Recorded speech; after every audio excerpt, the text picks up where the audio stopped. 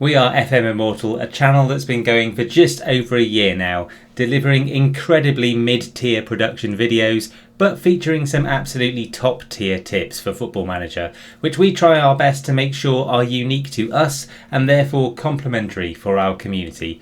We thought that in honour of our 1 year anniversary, we'd do a little bit of a highlights reel and list our top 10 tips delivered to date. These aren't in any particular order, but they are all named and time-stamped in case you want to revisit them later, but let's get stuck in. Okay, so first up, in the two-parter where we joked about how FM wants you to lose and then how it also wants you to win, we covered off some of the hidden hints and almost subconscious advice the game drops into your everyday routine. Take for example this exchange with the journalist, where you're asked ahead of the upcoming transfer window where you think your team could benefit from reinforcement. A simple question, and every manager in the world could be asked this, but did you know that the game pre-populates an answer for you here? And this is essentially what the game, and therefore your squad, views as your biggest problem area when it comes to squad depth. Take this into account because this year at least we've seen far more players getting pissed off because of a lack of squad depth in a certain position. Our second top 10 tip, and we are talking customised views, for which we've delivered plenty of tips over a multitude of videos, but our favourite was the formation columns you can add into yours and your opponent's schedule screen to see how you or they lined up and what results became of those combinations. You can use this to your advantage by seeing what formations you've struggled against over the course of a season, or which ones your opponents that are coming up might have struggled against, so that you can try and counter them even better.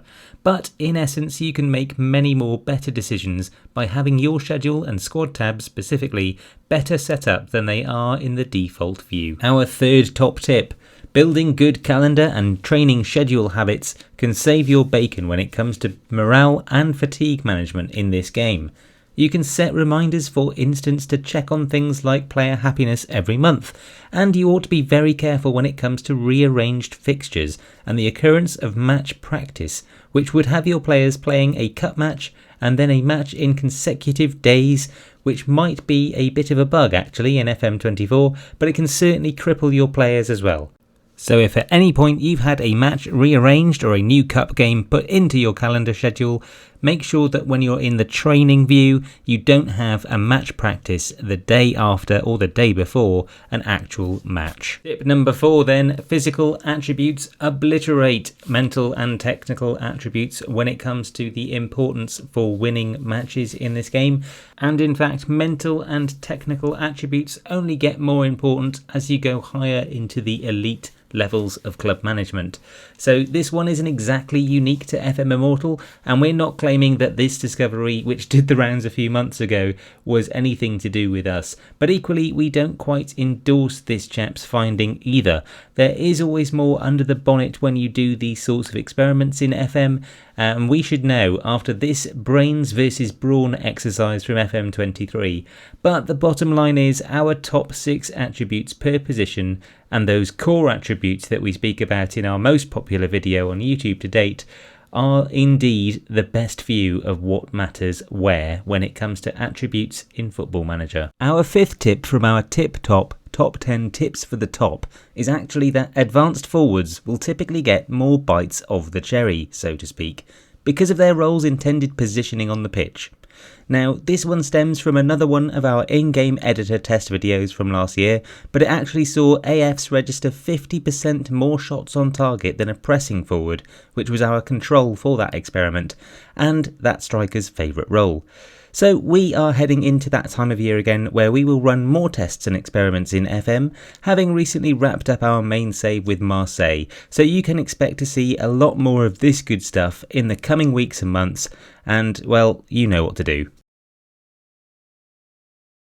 Our sixth tip from our top 10 that are unique to FM Immortal then, and this one has worked, I would say, around 80% of the time for us so far, but there is a clever technique to maximise profit on any player being sold to an AI club. So to make sure that you only sell your players at the highest possible price, the trick is to suggest, if the offer is indeed negotiable, that the club offers a player of equal or higher market value to your player in exchange, on top of whatever their opening offer was. I would honestly say that this has worked 4 out of the 5 times we've tried it in FM24, but it could be that the club deems your chosen exchange player as not for sale under any circumstances. And if that's the case, or if the deal falls through, our best advice is to always mitigate any unhappiness with the original targeted player by suggesting that the finances just weren't quite right, as the resulting conclusion often prices opponents out of actually getting your player anyway, and you end up keeping hold of your talent. Tip number 7, and it is the oldest tip in the book. It featured in our second ever video on the YouTube channel, and again, it's not so unique to FM Immortal really, but it's never go defensive.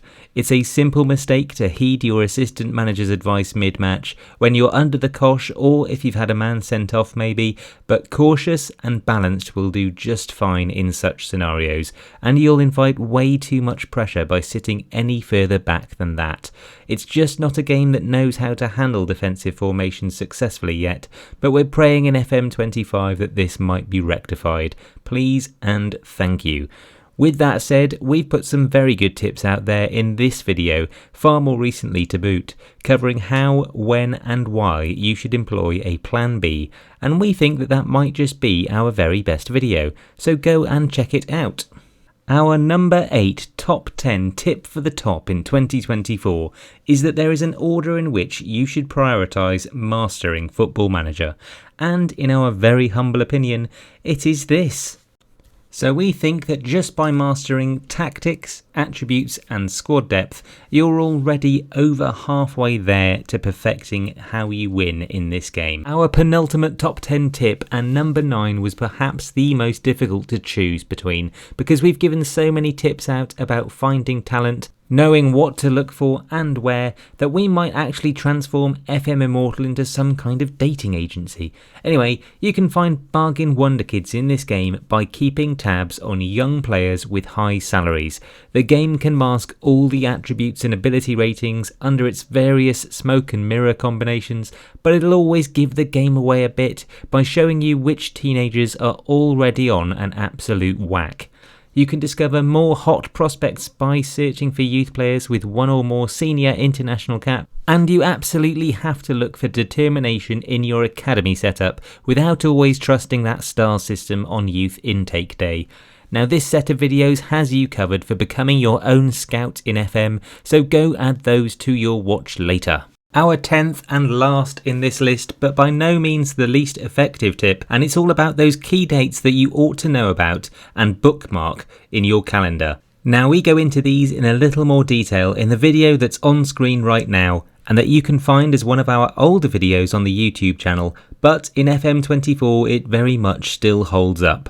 So these are the 5 dates to mark down in the calendar. So the 6th of August, and that is where you set your bonuses. So this is the final time really ahead of the season that you will have the opportunity to manipulate your transfer kitty by either increasing or decreasing the amount you'll pay out to your staff. On the 29th of December then, it's the most wonderful time of the year. It's the free players in 6 months time day. So if you search for contracts that are going to expire on this date in 6 months time, you will be able to pick up players on a free in the subsequent summer transfer window. The 31st of March then is the best email you get all year. It's the 50 best wonder kids in world football, and it's where you can find a lot of talent very quickly. On the 15th of June / the 9th of July, that's a very important one to know about too. That's when the league and club rankings change and your club could grow up in reputation, allowing you to pull in a little bit more talent that would otherwise not see your club as worth joining. And then finally, the last competitive game of the league. So this one doesn't have a date against it, but you know when that would normally happen.